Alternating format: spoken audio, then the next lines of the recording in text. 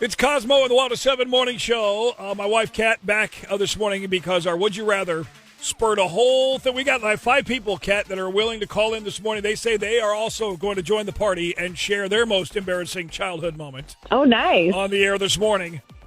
Because yesterday, would you rather, the question was, would you rather watch your most embarrassing childhood moment on a 1-hour loop once a year or remember it once a day, every day, for the rest of your life? Yeah.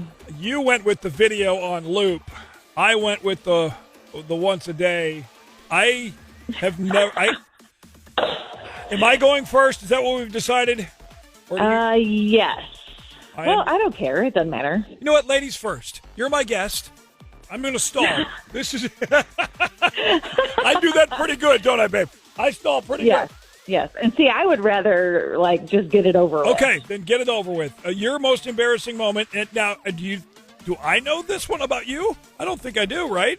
Maybe. I don't think so. Okay. Well, yeah, you might. I don't know. All right. Okay, so when my mom and my stepdad got married, I was 12, and so I got moved to a new school, didn't know anybody, and my stepdad has from the under the knee down, he's got a prosthetic leg.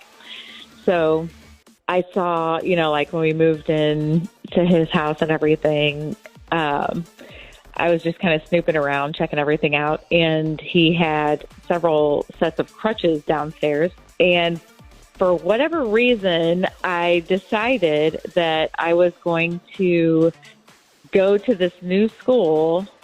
It was like halfway through 6th grade, and I was going to pretend that my foot was broke or something so that people would feel sorry for me so that I could,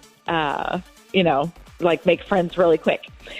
So I threw these crutches outside of my bedroom window, and in the morning for 2 weeks, I wrapped my foot with an ace bandage, and when my mom would leave for work, I would there were like bushes in front of my window so nobody could see them.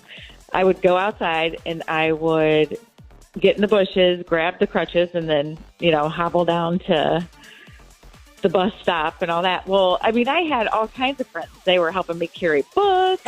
They were I got to leave class 5 minutes early every day. It was awesome. So I can't believe they didn't call your mom and Chuck and say, "Hey, Catherine, it's been 2 weeks." 2 weeks. So how'd you get busted? So I was getting out of class 5 minutes early and didn't realize that, somebody else could possibly be out in the hallway. And so I'm at my locker and I just dropped the crutches to the side of me and I'm getting stuff out of my locker and everything. And I'm just I start just, I'm walking around like normal on both feet. And one of my best friends that I had met comes around the corner, and one who really knew me, thought they knew me really well. And she's like, "What are you doing?" And I looked at her and I'm like, "Oh, ow, ow, ow." And she totally busted me. She told everybody. Oh. And I was so embarrassed. Oh my gosh. She told everyone, and everyone, well, luckily, nobody, we're not talking to you. You're a liar, because I think I would have been devastated. They did make fun of me for quite a while, yes. Oh, okay. Well, mine is way worse than that, let me tell you. Way worse than that. I will tell mine coming up, less than 10 minutes. My most embarrassing moment. Would you rather, again, watch your most embarrassing moment from your childhood on a 1-hour loop once a year or remember it once a day for the rest of your life? I cannot wait. I'm never going to forget this when I share this story with y'all on the radio, live next on Y107. My wife, Kat, is here. She's never heard this story. I'm going to come clean. I'm going to share it. I was 13 years old, and it's all coming up here, less than 10 minutes on Y107. It's Cosmo and the Y107 Morning Show. My wife, Kat, is here. I have a stomach ache for this. I don't, oh, my God. I distinctly remember when Well, we were first. maybe you should think before you talk, and you wouldn't have said. Maybe. I'm really hoping like something happens and like the power goes out and the transmitter gets turned off or something for just like 5 minutes. Nothing big, and then I won't have to do this. I distinctly remember at one moment when we were first dating and we were telling stories of our childhood and telling this and that and whatever and getting to know each other that I almost told you this story and I didn't. And then when this Would You Rather came up for the show yesterday, I was like, I never told you this. Okay. So I was 13. This has got to be really good because 13. you pretty much told me all kinds of things. Yeah. 13 years old, Little League baseball time, summer ball.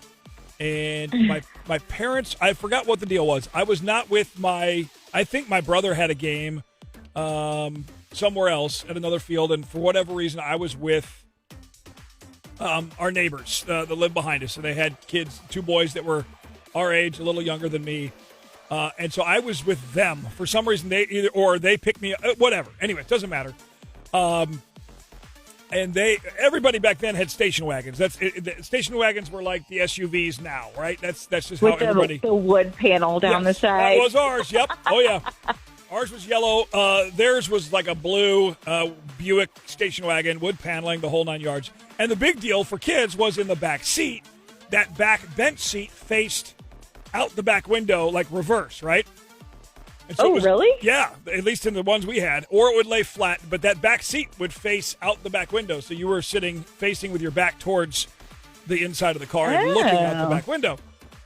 That's interesting. So we were at the ball fields down there in the Creve Coeur Valley, and I had just finished my game, and we were getting snacks, and we were in line, and we were waiting on one of the other kids' games to end, and so Gary could take us home, and that's when it started. Uh-oh. The bubble guts started rumbling. Oh. And I thought, I'm going to go to the bathroom now before we have to leave. And I distinctly remember going, go to the bathroom right now. Go. And I didn't for some reason. I'm like, oh, I'll be fine. It'll just be it'll pass. It'll be a pass ball. It'll just be fine. It's no big deal. It'll pass all right. Little curveball. It passed. That song, I'm not going to sing the song, but that very vulgar song that involves what happened to me in my pants in baseball. Yeah. Because I didn't go to the restroom itself immediately, I thought I had a little more time, and no. It was on. Full on. Were you in the car? No, I was in the like the area of the benches and between the concession stand and the ball fields and everything. There's like 5 diamonds all right there all together, and then there's that common ground area with picnic tables and the concession stand. Oh man! And we were waiting on Benjamin to come over after his game, and all of a sudden, just bam, grand slam, full on blowout. In my pants, in my baseball pants. Did anybody know? Did they know? Well, yeah, I mean, I'm sure. They found out because I'll give you $1 if you can guess what color my uniform pants were. White. Oh, they were white. They quickly changed colors, and it wasn't for me sliding into second base that they were brown. That's what I'll leave it at that.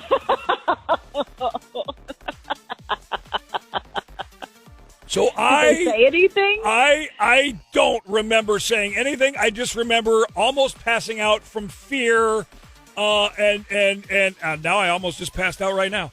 And I panicked and I started to run to the bathroom, and then I went to the bathroom. I thought I could. Anyways, all I then remember is thinking that okay, I'm good, but then the pants were destroyed, and I'm crying. I'm freaking out. I don't know what to do. I'm in the bathroom. The neighbor that was going to take me home, he comes in there. He's like, "Are you all right?" I'm like, "No." It was brutal. Because I'm not going to ride home 20 minutes in the so he went to the car and got me like a. Oh, how did you get home? I was wrapped in a tailgate blanket, basically. And sat by myself in that back seat, staring at the back window, wrapped up like a poop-soaked burrito. And poop-soaked burrito. Oh, gross. Okay. So, like usual, the last thing that you're going to say, just don't say it. You're right.